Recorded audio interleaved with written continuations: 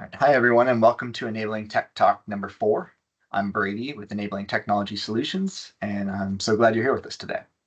So these Tech Talks are designed for anyone, whether you're a caregiver, a professional, or someone with lived experience who wants to learn how technology can support greater independence, safety, and connection. And one of the most powerful things about today's topic is that it's about accessibility features for devices you may already own, which is convenient. So accessibility is important because it removes the barriers, whether it's vision, hearing, mobility, or memory changes. These tools are there to help people continue doing the things they value most. So a little rundown for what we're going to do today, or talk about today. Evan's going to start us off with accessibility features on Android devices, and then I'm going to cover Windows computers, and then Ezra is going to wrap it up with some iOS devices like his iPhone. So each of us will talk for about 5 minutes, and afterwards, our goal is to wrap it up quick, 20, 30 minutes tops, and then we'll just open it up to questions, and we can just talk about accessibility and enabling technology. I also want to mention that through the services we provide, we don't just recommend technology. We also offer training and support to help people become more confident and proficient with both new and existing devices.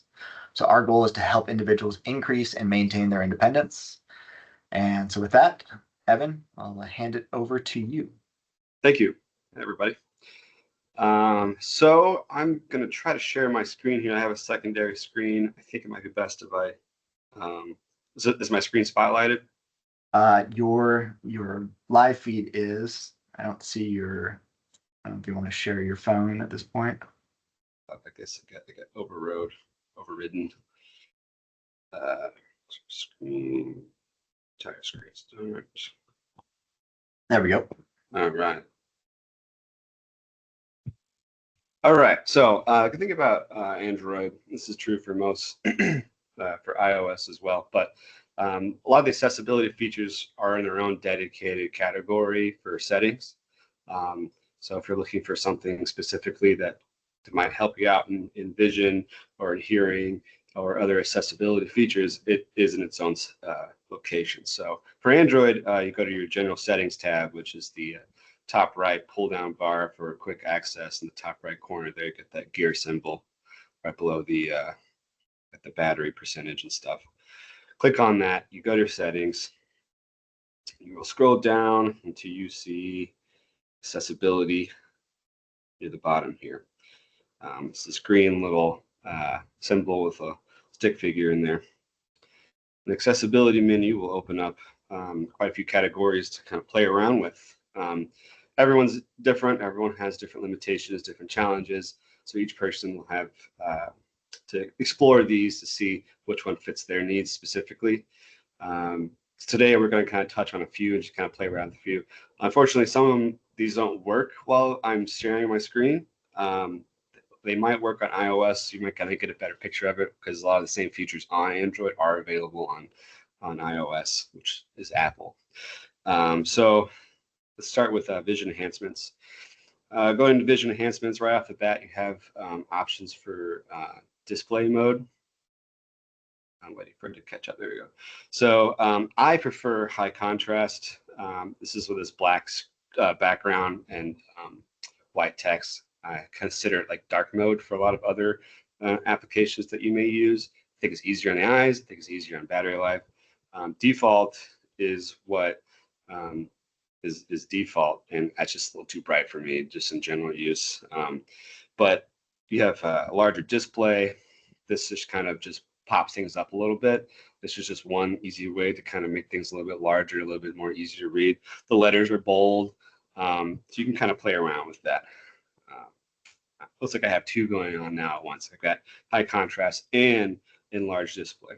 So you can kind of mix and match to what fits your what you're looking for. And then you have colors and clarities. You can actually change the things a bit more.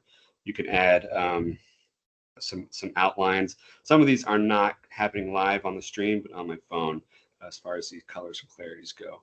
So high contrast fonts might make changes on the font color. High contrast keyboard, it's black letters on a yellow keypad. Just different ways to kind of adjust the color the text to kind of make it more legible for you. Let's go into magnification real quick. So this is a simple shortcut you can actually apply to your phone. Magnification shortcut, have it activated. Press slide and volume button up, or the side and volume button up. So that's the dedicated Bixby button and the volume button at the same time. I'm gonna press it, and then it's gonna pop up this little window. This window kind of acts like a magnifier glass right on the surface of your phone. So if you're trying to read something that's kind of tiny on your text, sometimes you could pinch and zoom to get into what you're looking for. Maybe that feature's not available and you're having a hard time reading it. You can just pull this up real quick and pinch and zoom within the magnification as well. So just a quick way to have a better way of reading what's on your phone without taking a screen grab and then going to a different program or something like that. Close that out here. And then you have magnification type. Oh yeah, so yeah, you can kind of mess with the settings of the whole magnification. That's just going to change that box and how you want that box to function. Play around with all of that. Magnifier, this isn't really going to work, I don't think, while I'm sharing my screen. But you can set a shortcut as well, and it's defaulted to hold volume up and hold volume down.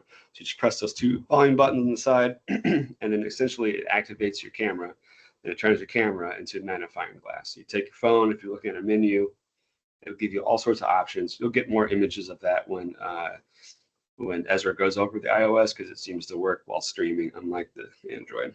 But if I press both buttons, just to kind of show that it's not going to probably work here. Yeah, unable to start camera during call, but that's fine. You have a slider, so you can zoom in on what you're looking at, make the font nice and big. You can control the flashlight if the lighting is poor, and then you have your color filters, and that's just kind of changing the entire color of what you're looking at. Maybe you're more sensitive or if you're colorblind, you can see different colors. It actually inverts those colors. You'll get a better image of that later. Or I could even show you here if I stop streaming. But so yeah, cursor thickness, that's just giving you the ability to make your cursor bigger while you're typing. Sometimes it's kind of hard to tell where your cursor is if you're typing. Font sizes, the styles, you have all that kind of stuff there for vision. Speak keyboard input allowed. So this is when you're typing. If you're unsure if you're typing, you hit hello and HELLO. So that's how they get the audio feedback while you're typing to kind of help confirm give you confidence while you're typing. And then you have other access to audio descriptions and whatnot. I've not played too much with these. You'll have to kind of activate permissions when you try to do the audio stuff. It may ask you, you want to activate this. Just give it all the permissions to be able to allow it full functionality. Talkback shortcuts provide spoken feedback, so you can hear device without looking at the screen. This is another way. It's just I'm not gonna showcase that, but basically it just reads off what's on the screen when you select stuff, just for, once again, more audio feedback while you're interacting with your phone. And then hearing advancements, is all sorts of options you can do with hearing. So real-time text, it's an alternative to external devices.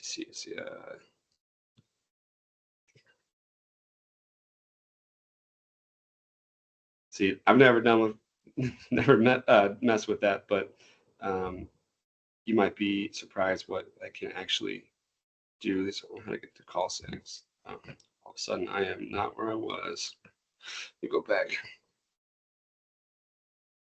Do you have one more thing you want to show, Evan, or?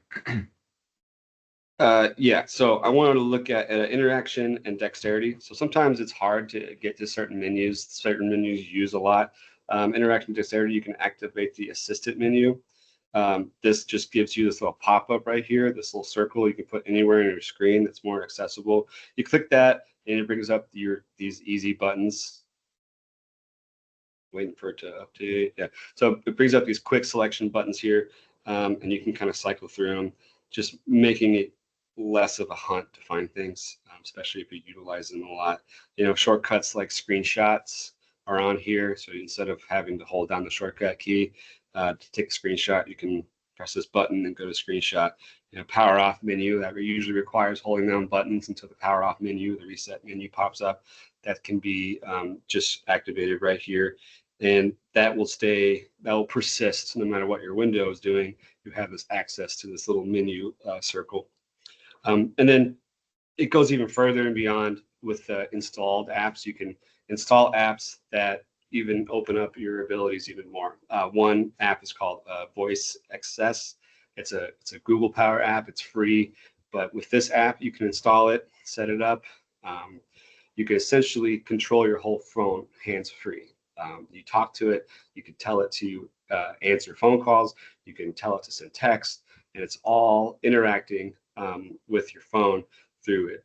And that could be like an hour, 2 hour long presentation on that program alone. It's very in depth, it's very accessible through practice. I'm not going to say that it's as easy as using your hands, because obviously it's still going to be a challenge, but it opens up the doors and it allows you to interact with every facet of your phone as you would with your hands, utilizing your voice.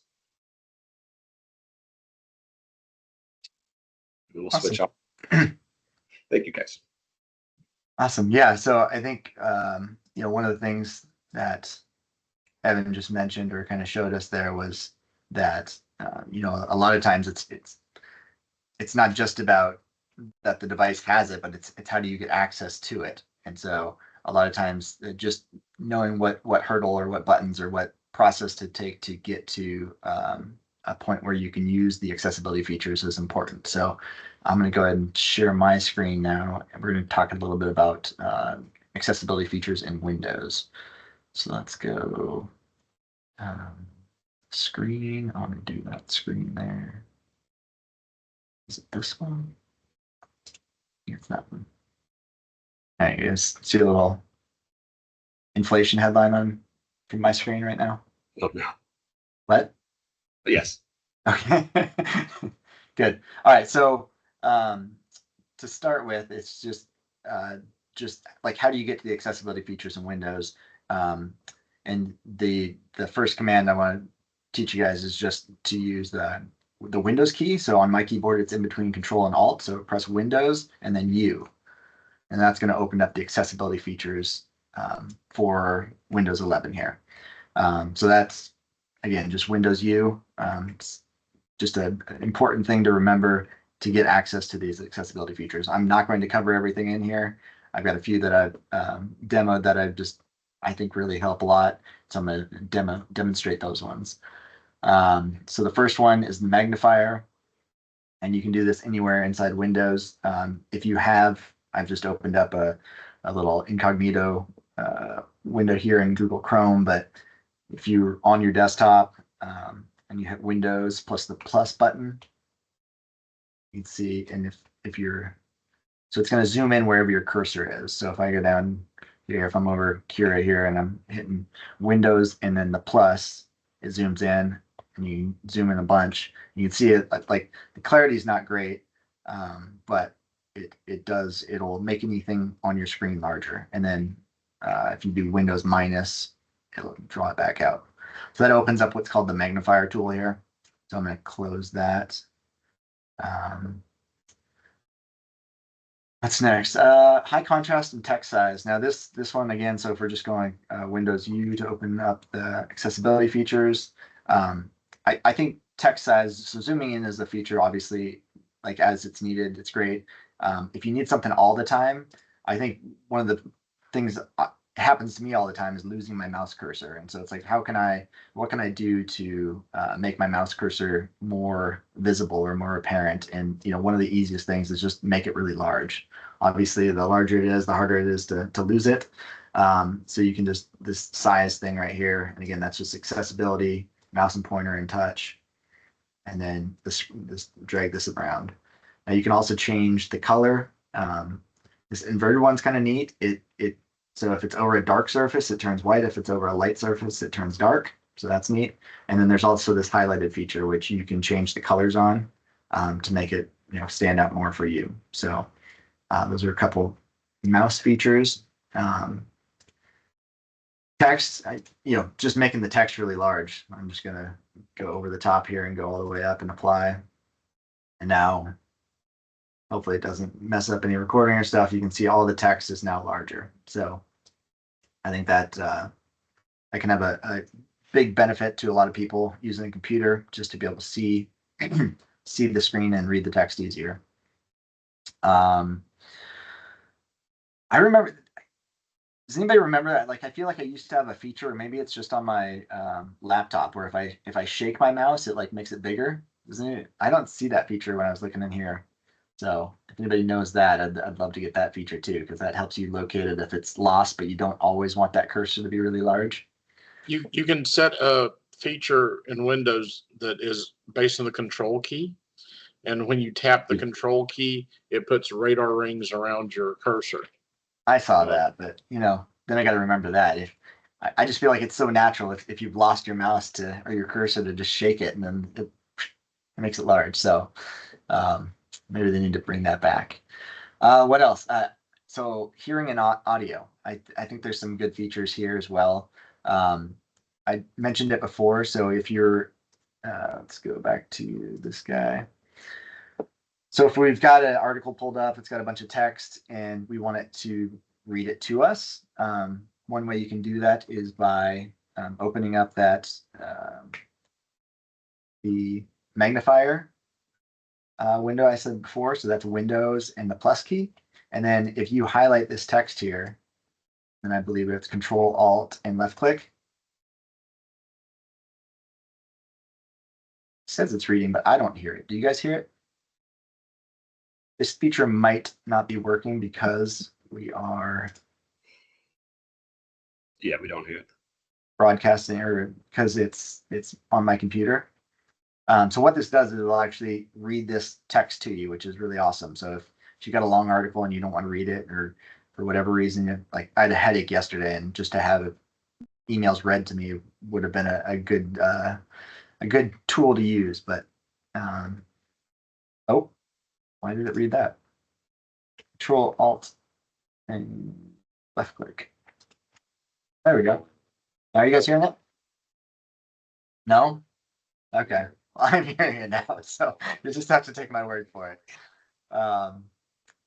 There's that. I think the read from here is what that command's called. And again, you get there with Windows plus key and then highlight your text, and then Control Alt left mouse button reads the text. And then another thing that is neat is live captions. So you can get to that. Windows Control L, opens up this bar here.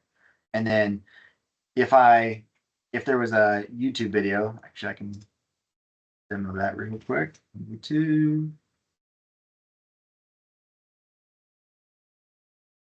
Technology.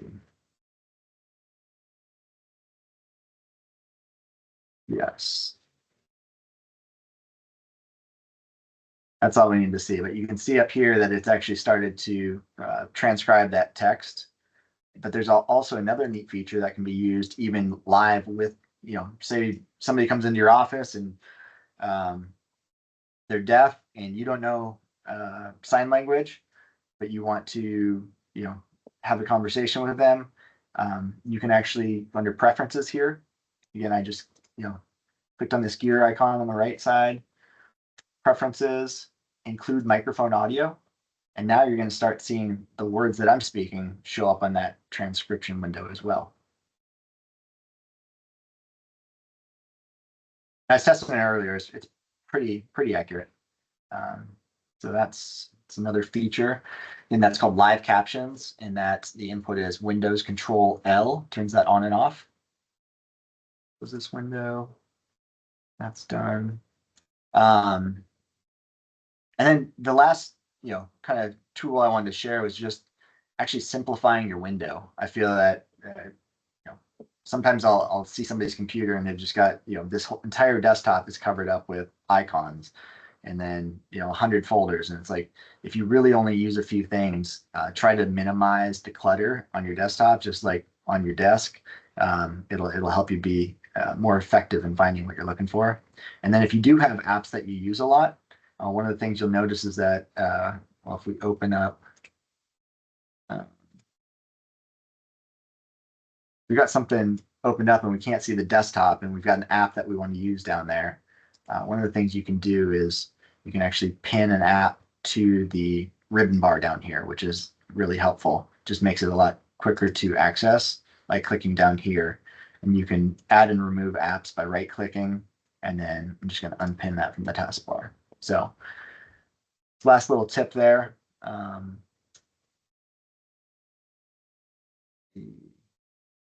covered all of that. And then Ezra, you want to talk to us about iOS? Sure. So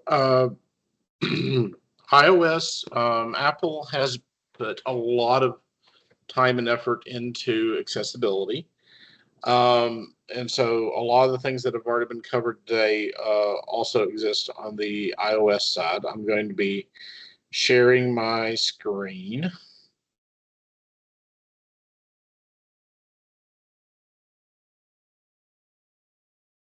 And I'm just going to go over a few of the different features here. So for Apple, all of the items are under the settings page. And then they have a separate accessibility feature right here. It's blue, not green. And talking about these things quickly, voiceover, this is for someone who is blind or very low vision. It reads everything back to you and allows you to use simple gestures to control it. Zoom allows you to magnify the screen. So this is one of the things that doesn't work very well with the screen enlarged, but I can actually tap to enlarge the screen. You just don't see it from the Zoom. You can change the display colors, the bold text, larger text. You can increase the contrast. You can invert the colors. Black is white, white is black. In my case, I already have the screen inverted. Color filters are really useful if you're dealing with someone who maybe has some different eye conditions, like they're colorblind. And I can actually just change the color of how things appear on the screen. So instead of red, green, it applies a color tint. Again, this is not showing up on the uh, on the Teams link. Another cool one is Grayscale, and this is actually a useful toy for people with ADHD and ADD, because all of a sudden the phone is not nearly as engaging. And so if you're trying to stay off social media more or things like that, just setting a shortcut to put it into grayscale mode can be really effective.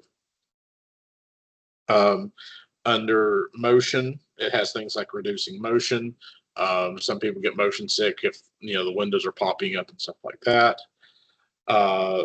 You have under touch accessibility, you can do things like the assistive touch, which again, you can have a button here on the screen that does all your different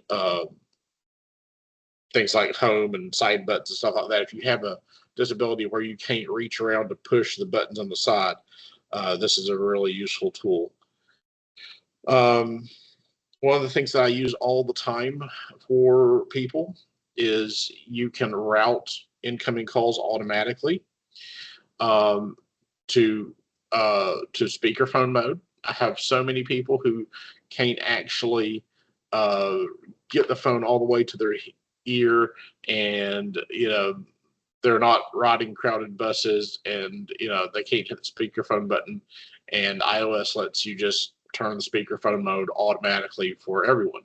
You can also set it to auto answer calls, so that you're not having to hit the button and miss the calls that way.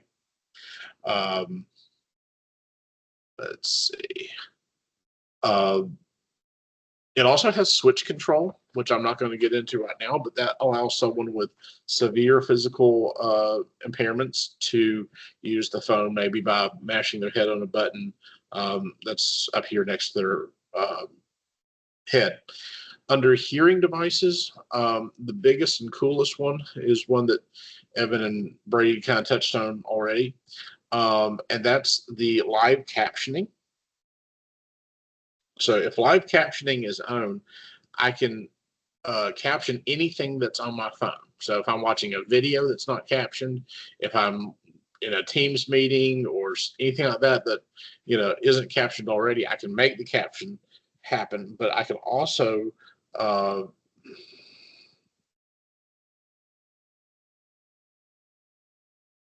apparently this does not show it either, but with live captioning, I can also use it to transcribe what's going on in a person-to-person conversation. So if I'm working with someone who is deaf or severely hard of hearing, this allows me to have a transcript that they can read and see and know what we're talking about, so that we're talking about the same thing. Let's see. A couple others. In this case, the accessibility shortcut is triple clicking the side key of the iPhone. So the side button right here. And in this case, I have it set to the magnifier. And this is another tool I use with seniors predominantly, but that means that I can triple click the side button, 1, 2, 3, and that turns the camera into a magnifier. So I can then, enlarge the things that are here on my desk. I can blow it up. If I need to, I can also change the color. So if I wanted to, settings.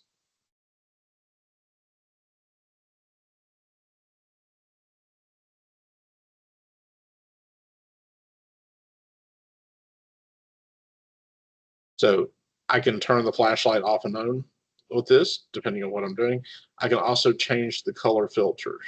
So there's a lot of people who have different uh, vision conditions that maybe they need the contrast reverse. Maybe they see black background and white print better, or maybe they see blue and white, or yellow and black, or whatever colors that they have. This allows them to quickly and easily uh, look at something like print or a menu or a bill very, very quickly, and it's using the stuff that's already on their phone. Um, I didn't cover this because I know it won't do it while I'm in a Teams meeting, but just using Siri is the digital assistant on iOS is a huge tool for a lot of people, because not only can you make calls by voice, you can also end a call by voice. So there's an option in there where you can tell it, hey Siri, hang up, uh, or hey Siri, end the call. And so for a lot of seniors that I've worked with who are low vision, especially, they're not technically savvy. They don't know how to use their phone, and they're not able to make calls to the people they need to make calls to. Setting it up so that they can just say, "Hey Siri, call Bob," and then they talk to Bob, and then, "Hey Siri, end call," or "Hey Siri, hang up." That gives them that ability to make phone calls and get information and use, set kitchen timers and all that sort of stuff just through their voice. And it becomes a much more functional piece of technology for them. And they're always amazed that they've had this capacity the whole time. They just didn't know how to use it. Uh, so these are all things that help so many people be more independent with the use of their phone. You're carrying around a tiny computer that has all these features built in, but very few people actually know about them. And the people who need them most usually don't know that they exist. It's like, the Wizard of Oz when Glinda says, "Hey, you've had magic shoes this whole trip. You could have gone home anytime you wanted. You just didn't know about it." It's the same thing. So you have all these people who are carrying around these accessibility features, but don't know that they're there. And just showing them, hey, here's the things that your phone can do, here's how your phone can be useful in these situations, is a game changer for a lot of people. All right. Awesome. Do we want to open it up for any questions that we might have? Let me close this out first, and then so thanks, Ezra. That was great. So thank you everyone for joining us as we explored the accessibility features across Android, Windows, iOS. I hope the key takeaway here was for you is just that there's accessibility features built into devices you probably already own. So you don't always just have to go buy some new technology. And hopefully you learned kind of how to access those accessibility features. If you'd like to revisit what we covered today or share it with someone you know, you can check us out on, we've got a channel on YouTube, or you can go to our website, enablingtechsolutions.com. And I also want to thank you for your time, and then hopefully engaging with us afterwards. We're going to do some Q&A after this. And just a little teaser for the next one. So 2 weeks from now, it's Tuesday, the 29th of July, at 9 a.m. Eastern Time. We're going to do we're going to cover some Tennessee state programs that we think you should know about. So hope you tune back in or register for that one as well. And without anything else, let's open it up for Q&A. I'd love to hear if you have any technology that you're using that you feel like you're curious if it has accessibility features, or if you think we maybe left anything out, or you've got something to add to the conversation. By all means, let's you can come off mute, or you can type in a question, and we'll do our best to answer it for you. Brady, I have a question. Yes. Hey, Jacqueline. A lot of times, if I'm trying to help some of my Choices members access some of these things, is there anywhere I can go that is a written, anything like that, that I can print out for them to help remind them on how to do things? That's a great question. I mean, it's something that we could probably add to our to-do list to generate. I don't know, Ezra, are you familiar? Ezra, do you know if there's anything pre-existing? I mean, there's all sorts of accessibility guides on the internet. If you just type in how to use accessibility features on Android, or how to use accessibility features on iPhone, you're going to find a lot of things out there. But it would be up to you to find one that's decent and then print it out yourself. I feel like it's important to know what device, because sometimes you'll get a lot of clutter with that search, right? So you got to know what device they're using, and then also what features are most useful to them. Because if you do a search on accessibility, you might get, for any one of these operating systems, you'll get 30 features that are all useful, but maybe to that individual, there's only going to be 3 features that would be the most useful. Do you have somebody specifically in mind, or is it just a general question? Well, it's kind of in general, but it's my, I've got some that are low vision and some that are hard of hearing. So, okay. Yeah, it comes and goes, hit and miss. Yeah, that's a great question. I mean, it would be nice. And I think if there's something that, I've tried to push for our team, especially, it's to build resources for people. So like we are doing that technology finder on our website, and maybe maybe we need to add a resource section just for accessibility features on equipment like this. Yeah, that would be great.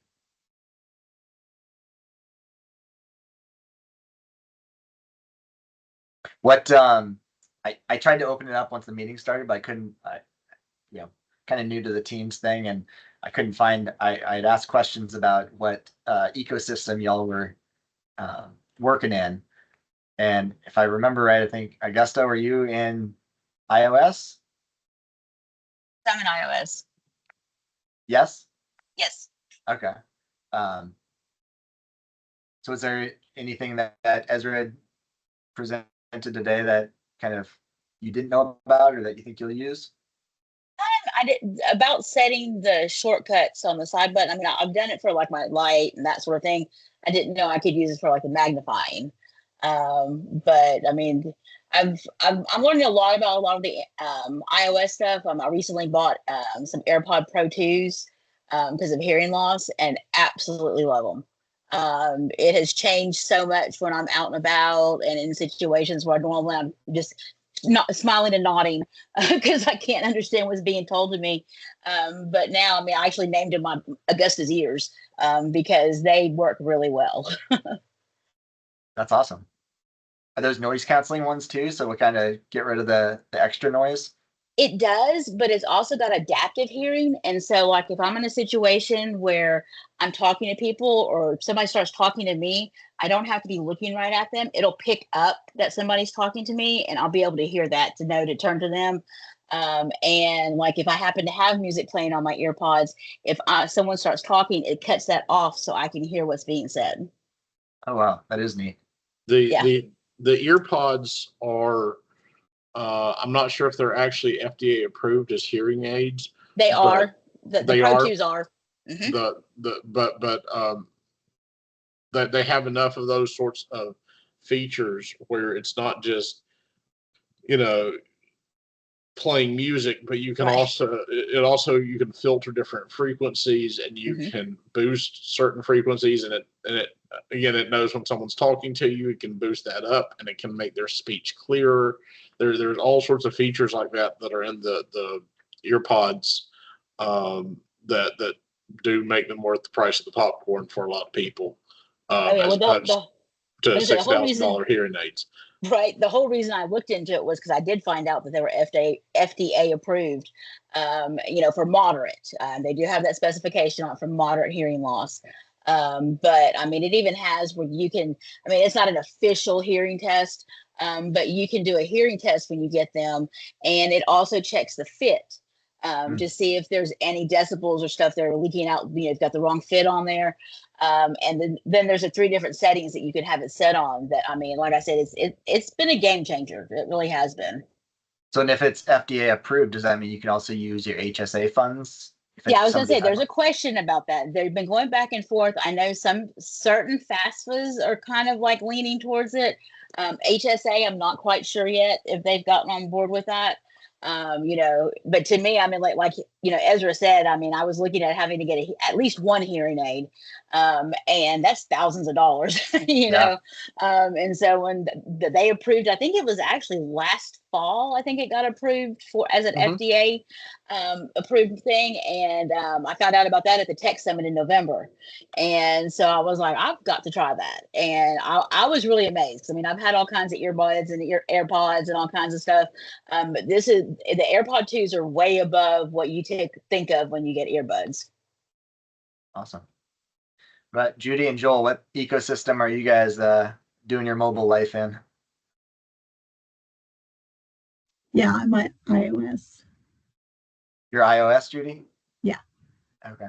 Yeah, I'm Cool. primarily Droid. Personal and work is iOS. Yeah, so I deal with both.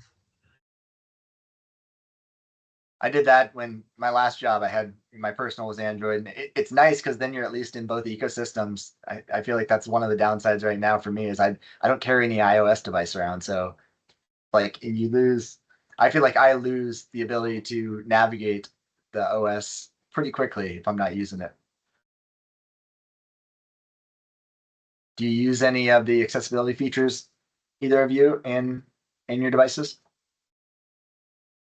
I actually just set up a few as Evan was doing them, so to kind of help with the visual, because with my contacts in, I have a difficult or wearing glasses, I have difficulty seeing up close. So some of those visual enhancements were helpful to change. So I did a couple of those, but yeah, absolutely. Awesome.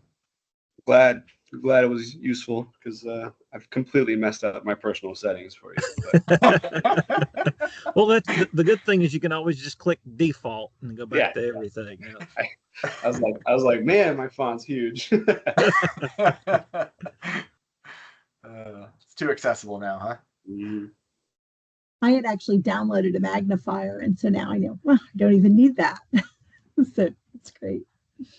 Yeah, I would say in my experience in watching Ezra work too, like showing people the magnifier feature of their camera, like I've just seen so many people just blown away by how functional that is. You know, if you got a check or any like little note that you can't really read and you just, you know, hold your phone, use it as a magnifier, and it's like, yeah, that helps a lot. So One of the big differences is that these are technologies that everybody has, which means it's not singling you out. If you're at Cracker Barrel, you pull some fancy gadget out of your laptop bag to read the menu. Everybody around you is, oh, what they're doing, huh? You know, and that drops acceptance. That you're not gonna. That's, oh, I have to get my wallet and my keys and my glasses and my portable, magnifier. Um, that it's one more thing you have to carry. It's one more thing you have to use. And then when you do use it in public, people look at you funny. But if I go to Cracker Barrel and whip my phone out, welcome to the club. There's only about 90 other people in the restaurant with their phones out, you know, yeah, checking email, internet, watching YouTube videos, whatever. The fact that I have my phone out and using it to the menu, nobody cares because it's something I had with me anyway, and it's something that everybody is always carrying anyway. You know, the people who lose stuff all the time still have their phone, tight to them because it offers so much other stuff now. So the motivation to carry it is high, and that it can check your email and your phone and make phone calls and enlarge the menu is just a bonus. great point. Yeah. All right. Any other specific questions? Don't need to drag it on any longer than we need to, but happy to answer questions if we can, or if you have them. So